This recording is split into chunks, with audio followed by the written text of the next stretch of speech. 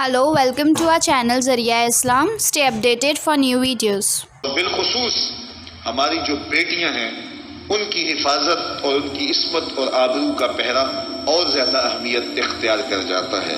اور اس میں ہمارے سامنے نمونہ سیدہ فاطمہ الزہرا رضی اللہ تعالی عنہا کا ہی موجود ہے۔ دور موجود کے محققین یہ کہتے ہیں کہ تم پردے میں عورت کو سمیٹ کر کے اس کی آزادی سلب کرنا چاہتے ہو، واجبی سا پردہ کافی ہے، لیکن چہرے کا، ہاتھوں کا اور دیگر جو ہے وہ کچھ اعضاء کا پردہ ضروری نہیں ہے، اور صرف عورت کا پردہ، مخصوص اعضاء کا پردہ شریعت نے دیا ہے۔ آپ کو مختلف چینلز پر بیٹھے ہوئے ایسے لوگ نظر آئیں گے جو اس بات کی اس نازک دور میں تبلیغ کرتے ہیں جب عورت پہلے ہی بے پردہ ہو چکی ہے، عورت پردے میں لپٹتی چلی جا رہی ہے اور اس کی نہ آنکھیں نظر آ رہی ہیں نہ ہاتھ نظر آ رہے ہیں، اور اس کے لیے جو ہے وہ کوئی ایک راستہ بھی باقی نہیں بچا، تو پھر تو کوئی یہ تبلیغ کرے تو سمجھ آتا ہے کہ ہو سکتا ہے کسی جو ہے وہ تحقیق کے تحت یہ بات کر رہا ہو۔ جب عورت اپنے لباس سے بھی باہر ہوتی چلی جا رہی ہے تو اس وقت یہ تبلیغ کرنا کیا معنی رکھتی ہے، سوائے کسی ایجنڈے کے تحت، اور اس کے پس منظر میں کچھ ہمیں دکھائی نہیں دیتا ہے۔ تو وہ کہتے ہیں کہ چہرے کا پردہ نہیں ہے، ہاتھوں کا پردہ نہیں ہے، پاؤں کا پردہ نہیں ہے۔ شاید وہ اس بات کو جو ہے وہ سمجھنے سے قاصر ہیں کہ یہ محارم کے لیے ہے۔ عورت کا مخصوص اعضاء کا پردہ تو اس کے باپ سے بھی ہے، اس کے بھائی سے بھی ہے، اس کے محارم سے بھی ہے، حتیٰ کہ بیٹے سے بھی ہے، لیکن یہ جو اعضاء ہیں ان کا پردہ بھی عورت کے اوپر لازم ہے، چونکہ جو شر پیدا ہوتی ہے وہ چہرے سے اس کا آغاز ہوتا ہے۔ تو میں ایک بات کہا کرتا ہوں کہ یہ جتنے دلائل ہیں ان دلائل کے جواب بھی علماء نے دیے ہیں، یہ ساری بحث کی جا سکتی ہے۔ میری مائیں بہنیں تصور کر لیں کہ سیدہ فاطمہ الزہرا کا پردہ کیسا ہوگا، تو ان کے تصور میں حیا میں لپٹی ہوئی فاطمہ دکھائی دے گی۔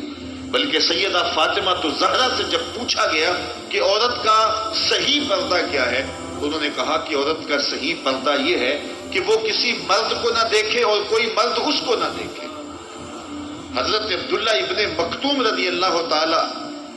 عنہ کے سامنے ازواج مطہرات نے پردہ نہیں کیا تو وہ آنکھوں سے نابینے تھے، تو حضور نے اس پر انہیں تنبیہ کی کہ تم نے پردہ کیوں نہیں کیا؟ تو انہوں نے کہا حضور وہ تو نابینا ہے۔ تو فرمایا کہ تم نابینا تو نہیں ہو۔ تو پردہ مرد سے بھی ہے، جہاں فتنے کا امکان بھی ہو، شریعت نے وہ راستہ ہی مسدود کر دیا ہے تاکہ کل کوئی فتنہ کھڑا نہ ہو جائے۔ تو میں سادی سی بات یہ کرتا ہوں کہ پردے کے حوالے سے دلائل کی دنیا بھی ایک بہت بڑی دنیا ہے، لیکن میری مائیں اور بہنیں یہ تصور کریں کہ سیدہ فاطمہ الزہرا کا پردہ کیا ہوگا، تو یہ تصور کرنے سے ہی طبیعت میں حیا پیدا ہونا شروع ہو جائے گا، اور سیدہ کا پردہ اور ان کی عصمت اور ان کی آبرو کا انداز سمجھ میں آ جائے گا۔ حضرت اسماء بنت امیس رضی اللہ تعالیٰ عنہ فرماتی ہیں کہ میں سیدہ فاطمہ الزہرا کے پاس بیٹھا کرتی تھی، اور انہیں سب سے زیادہ فکر اس بات کی تھی کہ زندگی میں تو عورت اپنے پردے کی حفاظت کر لیتی ہے، لیکن مرنے کے بعد جب پٹڑے پہ، چارپائی پہ اسے ڈالا جاتا ہے تو اس کا جسم جو ہے وہ جنبش کرتا ہے اور وہ مختار نہیں ہوتی ہے، تو اعضاء دکھائی بھی دیتے ہیں، اعضاء کی حیرت بھی سمجھ میں آتی ہے، تو یہ بڑا مشکل لمحہ ہوگا جو مرنے کے بعد درپیش ہوتا ہے۔ تو فرماتی ہیں کہ میں نے انہیں کہا کہ جب حبشہ کی جانب ہجرت کی تھی تو میں بھی ان لوگوں میں شامل تھی، تو میں نے وہاں حبشہ میں دیکھا ہے کہ چارپائی کے چاروں پایوں کے ساتھ شاخ باندھ دیتے ہیں اور پھر ان کو درمیان میں جوڑ دیتے ہیں اور اس کے اوپر کپڑا ڈال دیتے ہیں اور یہ ایک ڈولی بن جاتی ہے۔ تو کہتی ہیں جب میں یہ بات بتائی تو سیدہ بہت زیادہ خوش ہوئی، کہا یہ تو ایک بہت اچھا طریقہ سمجھ میں آ گیا جس سے مرنے کے بعد بھی عورت کے پردے کی اور اس کے جسم کی حفاظت ہو سکے گی، کسی کی نظر نہیں پڑے گی۔ تو یہ وہ سیدہ ہیں کہ جنہوں نے اپنے پردے کی حفاظت یوں کی کہ غیر مرد نے انہیں نہیں دیکھا، اور پھر مرنے کے بعد بھی ان کے لیے وہ ڈولی تیار کر لی گئی، رات کی تنہائیوں میں ان کا جنازہ پڑا گیا، اور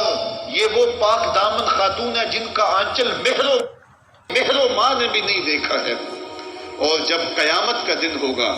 تو حضرت سیدہ فاطمہ تو زہرا 70,000 خواتین کے جلو میں نکلے گی تو آواز آئے گی یا اہل الجمع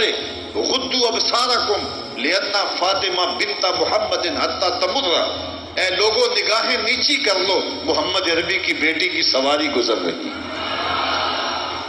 تو دنیا پر بھی ان کے پردے کی حفاظت، بعد الوصال بھی، اور پھر قیامت کے دن بھی۔ مجھے بتائے عورت کیا وہ مغرب کی آوارہ لڑکی کے روپ میں زندگی گزارنا چاہتی ہے یا سیدہ فاطمہ الزہرا کے پردے کی وارث بننا چاہتی ہے؟ وہ سڑکوں پر لہرا کر چلنے میں فخر محسوس کرتی ہے یا کہ وہ اپنے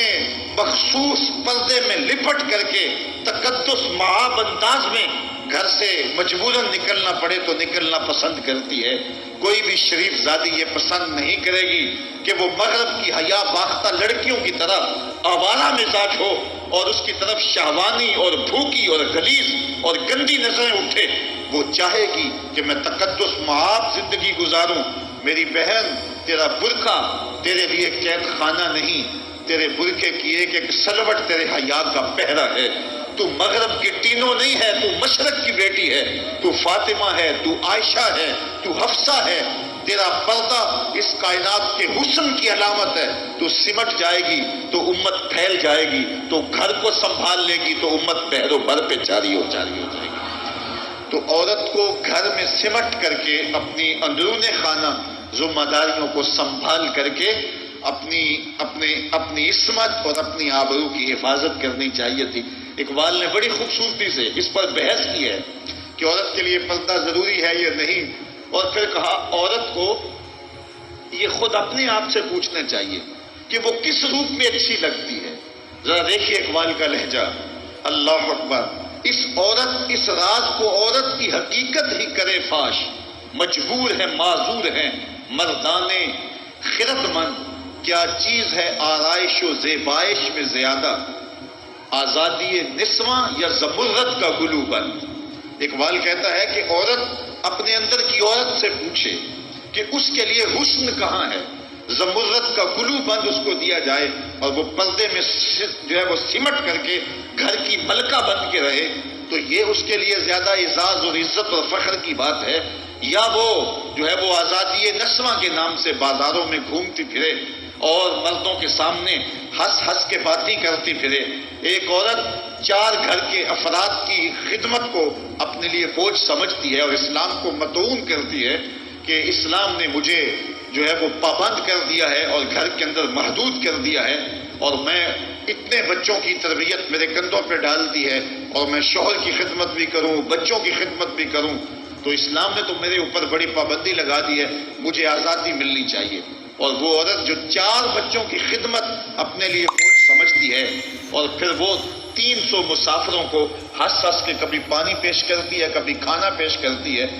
300 مسافروں کو ہنس ہنس کے مسکرا کے لہک لہک کے پانی پیش کرنا اور کھانا دینا، اور مختلف ذہنیتوں اور گندی سوچوں کے حاملین لوگ بھی اس طبقے میں موجود ہوتے ہیں اور ان کی شہوانی نظروں کا شکار ہونا، کیا عورت کے لیے یہ عزت ہے؟ یا عورت کے لیے یہ عزت ہے کہ گھر کی 4 دیواری میں سمٹ جائے اور تقدس ماحول کے اندر اپنے بچوں کی تربیت کرے؟ عورت کو جتنی ذمہ داریاں دی گئی ہیں وہ صرف ان کو سنبھال لے اور ان کے سنبھالنے کا حق ادا کر دے تو وہ ایک اچھے معاشرے کی تشکیل کی ضمانت بن جاتی ہے۔ سیدہ فاطمہ الزہرا رضی اللہ تعالی عنہا کا وجود ہمارے لیے ایک روشن، ایک منور اور ایک تابع جو ہے وہ وجود ہے، جس سے ہم مقدرات اسلام کی تربیت کے خد و خال لے سکتے ہیں۔ اقبال کہتا ہے تو نہ دانی کہ سوزے کراتے تو دیگر گو کر تقدیر عمر را، میری بہن اگر تو بہن ہو کے قرآن پڑھے تو عمر کی تقدیر بدلتی ہے، اور اگر تو ماں ہو کے قرآن پڑھے تو بیٹا نیزے کی نوک پہ قرآن سناتا۔ کربلا کے تپتے ہوئے ریگزار میں پیاسا ہونے کے باوجود حضرت امام حسین جو باطل کے آگے ڈٹے ہوئے ہیں اور جھک نہیں رہے ہیں، اور 71 لاشیں کندھوں پہ اٹھا کے خیموں تک پہنچا چکے ہیں، پھر بھی استقامت کا کوہ گراں بنے ہوئے ہیں، یہ حسین ابن علی کا کمال تو دکھائی دیتا ہی دیتا ہے، لیکن ذرا غور کی آنکھ سے دیکھو پیچھے فاطمہ کے دودھ کا اثر دکھائی دیتا ہے۔ تو اگر مائیں پردے میں سمٹ جائیں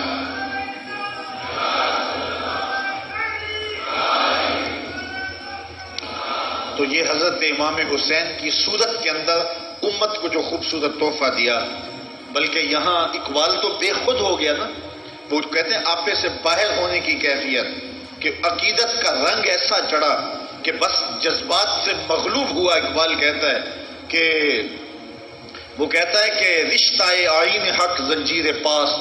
پاس فرمانے جناب مصطفیٰ، ورنہ گردے تربتش گردید میں، سجدہ برخا کے او پاشید میں۔ اے فاطمہ جو کام تو نے کیا،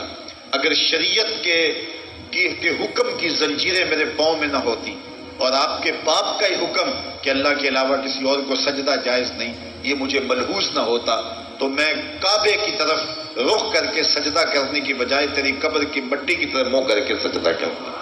اور میں کعبے کا طواف کرنے کی بجائے تیری قبر کا طواف کرتا، چونکہ جو کام تو نے کیا ہے وہ کسی اور نے نہیں کیا۔ نبی کے گھر کی ہے عظمت، نبی سے سنتے ہیں، علی کے گھر کی ہے عزت، علی سے سنتے ہیں، وہ جس نے معزز کیا گھرانے کو، حسین پال کے جس نے دیا زمانے کو۔ تو یہ تھا حضرت سیدہ فاطمہ تو زہرا رضی اللہ تعالی عنہا کا کردار۔ آج کی عورت سیدہ کے کردار کو اپنے لیے نمونہ حیات بنا کے اپنی زندگی کی راہیں متعین کر دے۔ اگر پندے سے درویش پذیری، ہزار امت بمیرت تو نہ میری، بطول باش و پنہا شو ازیں اثر کہ در آغوش شبیر بگیری۔ اگر فقیر کی ایک بات تو مان لے، ہزار امت مر جائے گی۔ اقبال کہتا امت مسلمہ تجھے زوال نہیں آ سکتا، اور وہ کیا ہے؟ بطول بن جا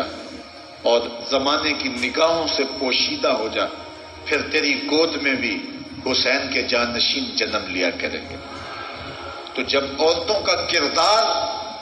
بچوں کی تربیت تک محدود ہوتا ہے اور وہ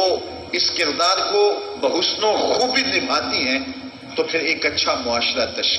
تشکیل پاتا ہے۔ لیکن جب حیا باختگی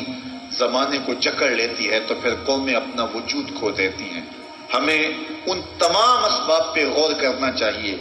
جس نے اس امت کو عروج سے زوال کی طرف دھکیل دیا، تو ہمیں ایک سبب یہ دکھائی دے گا کہ مقدرات اسلام کا جو کردار تھا، جو ذمہ داریاں تھیں، وہ اس نے پھر ادا جب کرنا چھوڑ دی اور اپنے دائرۂ کار سے باہر آ گئی، تو پھر وہ ذمہ داریاں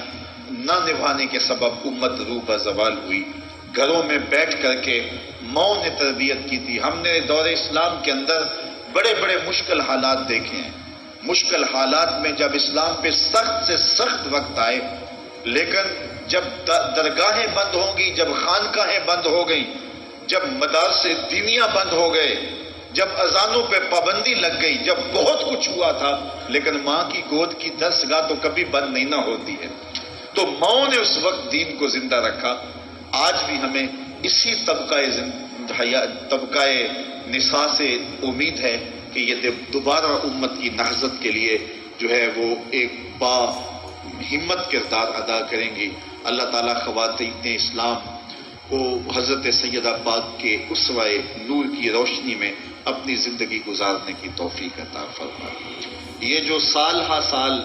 سال کے بعد اور سال کے دوران بھی ان کا تذکرہ کیا جاتا ہے، تو فضائل کا باب بھی اپنی جگہ پہ،